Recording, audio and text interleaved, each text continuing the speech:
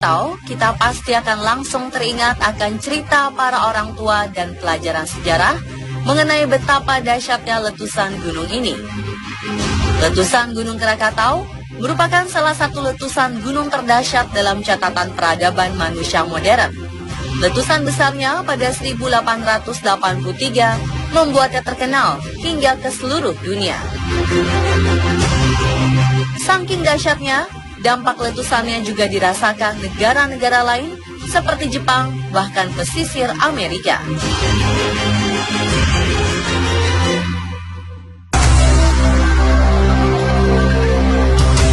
Saat ini kita dapat melihat sisa-sisa letusan Gunung Krakatau yang telah terbentuk menjadi gugusan kepulauan kecil, yaitu Pulau Sertung, Pulau Panjang, Pulau Rakata, dan Pulau Anak Krakatau.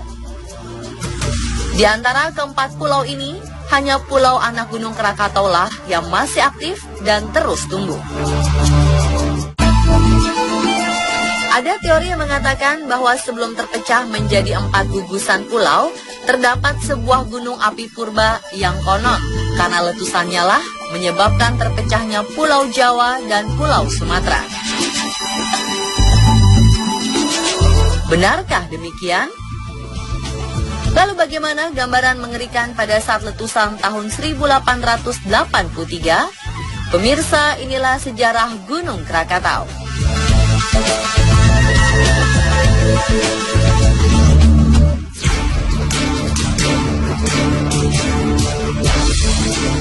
Sebagian ilmuwan percaya bahwa dahulu kala ada sebuah gunung api purba di kawasan yang saat ini menjadi Selat Sunda.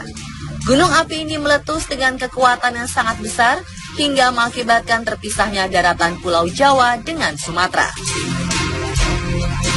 Teori ini didasari pada sebuah catatan sebuah teks Jawa kuno yang berjudul Pustaka Raja Purwa yang diperkirakan berasal dari tahun 416 Masehi.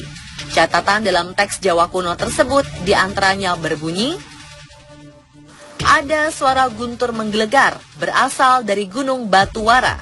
Ada pula goncangan bumi yang menakutkan, kegelapan total, petir dan kilat. Kemudian datanglah badai angin dan hujan yang mengerikan, dan seluruh badai menggelapkan seluruh dunia.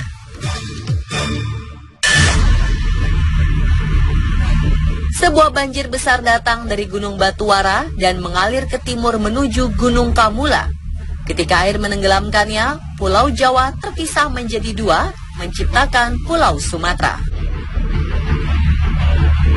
Dari catatan ini, para ahli memperkirakan bahwa Gunung Krakatau pada awalnya bernama Gunung Batuwara.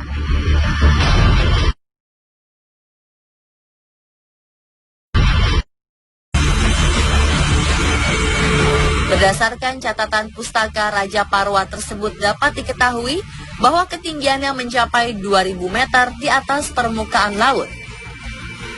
Dan letusan tahun 416 Masehi telah menghancurkan 3/4 bagian tubuh gunungnya, serta menyisakan bagian yang kemudian menjadi Pulau Rakata, Pulau Panjang, dan Pulau Sertung.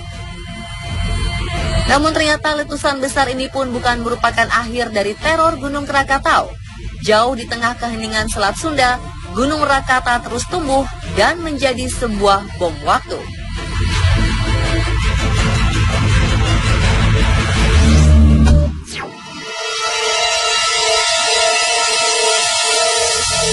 Setelah lebih dari 1000 tahun lamanya Gunung Krakatau meletus, Mei hingga Juni tahun 1883, ketenangannya mulai terusik.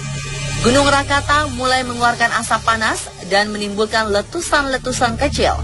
Getaran gempanya mulai dirasakan hingga di arah Katimbang, Lampung Selatan. Catatan dari Joanna Beyering, seorang istri dari pengawas bank kapas milik pemerintah kolonial Belanda yang saat itu berada di Katimbang, Lampung Selatan, menjadi saksi bisu sebelum letusan dahsyat terjadi. Di hari-hari terakhir sebelum letusan terjadi, kera dan burung tidak ada lagi yang tidur dan hinggap di pepohonan.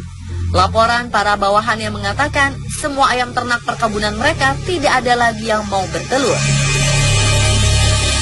Pada 26 Agustus pukul 1 siang, letusan yang memekakan telinga terjadi. Tak lama kemudian, air laut surut, lalu menimbulkan gelombang tsunami yang besar. Selama 20 jam berikutnya, Gunung Krakatau terus mengeluarkan letusannya tanpa henti. Langit gelap, tidak bisa dibedakan mana siang dan malam. Abu vulkanik tersebar ke segala penjuru, diiringi dengan badai petir dan kilat tanpa henti. 27 Agustus 1883, hampir seluruh magma di perut Gunung Krakatau telah dikeluarkan. Hal ini menyebabkan runtuhnya tubuh Gunung Krakatau dan menumpahkan jutaan kubik material ke dalam laut. Akibatnya gelombang tsunami setinggi 40 meter menghantam pesisir selatan Sumatera dan Anyer di Pulau Jawa.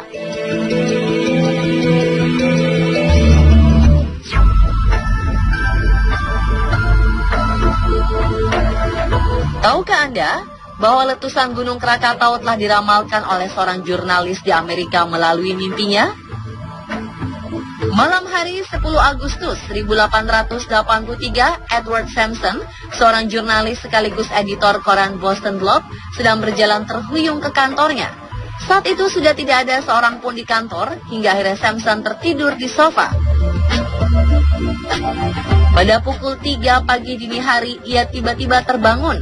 Nafasnya terengah-engah, keringat dingin membasahi seluruh tubuhnya. Ternyata ia mendapat sebuah mimpi buruk yang terlihat terlalu nyata bagi dirinya. Dalam mimpinya, ia mengaku melihat sebuah gunung berapi meletus dengan sangat dahsyat dan memuntahkan lahar ke laut di sekelilingnya. Ia juga bisa merasakan semua ketakutan dan kepanikan masyarakat sekitar gunung api itu yang dengan percuma berusaha untuk menyelamatkan diri. Ia kemudian memutuskan untuk menuliskan apa yang ada di mimpinya, lalu pergi untuk pulang.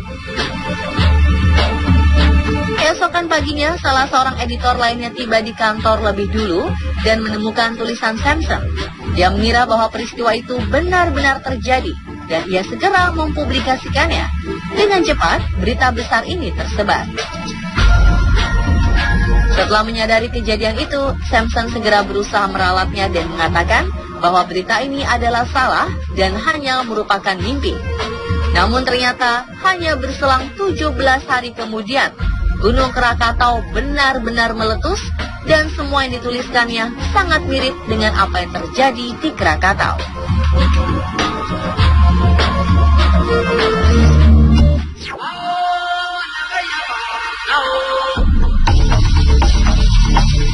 Tim On The Spot berusaha mendapatkan kesaksian yang diceritakan secara turun-temurun dengan mendatangi lokasi pesisir dari daerah Raja Basa di Lampung Selatan, tepat di mana Joanna Bayerings berada saat Krakatau meletus pada Agustus 1883. Di sini kami bertemu dengan seorang sumber yang masih merupakan keturunan dari marga Raja Basa sebagai pemimpin adat di wilayah Raja Basa saat terjadinya letusan.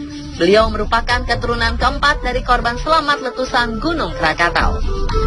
Jadi pada waktu Krakatau meletus itu, sebelum meletus gempa bumi yang begitu dahsyat, 3 hari berturut-turut dari hari Sabtu, hari Minggu sampai hari Senin. Hari tanggal 25, 26, 27. Tanggal 27 itu adalah puncak dari ledakan Krakatau. Tanggal 27 Agustus. Jadi bisa kita bayangkan betapa dahsyatnya pada waktu itu. Tsunami mencapai 30 meter tingginya. Di Krakatau itu bahasa nasionalnya itu.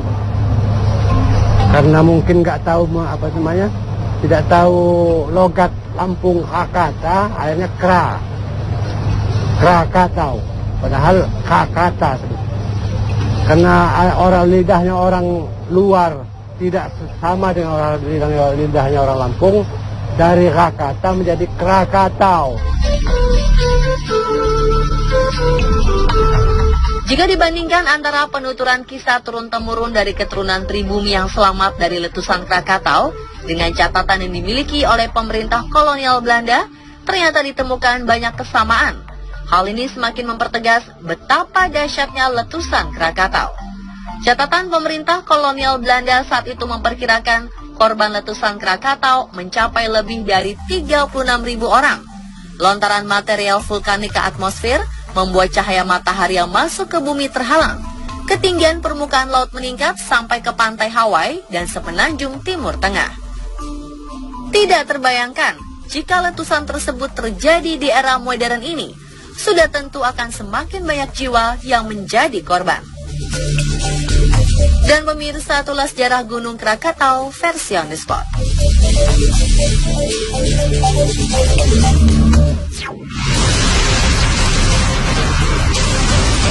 Jutaan jiwa melayang akibat perang dan kepentingan politik lainnya. Peristiwa apa sajakah yang paling banyak memakan korban jiwa akibat pembantaian besar-besaran? Simak informasi serta sejarahnya setelah jeda yang satu ini, tetap di On The Spot.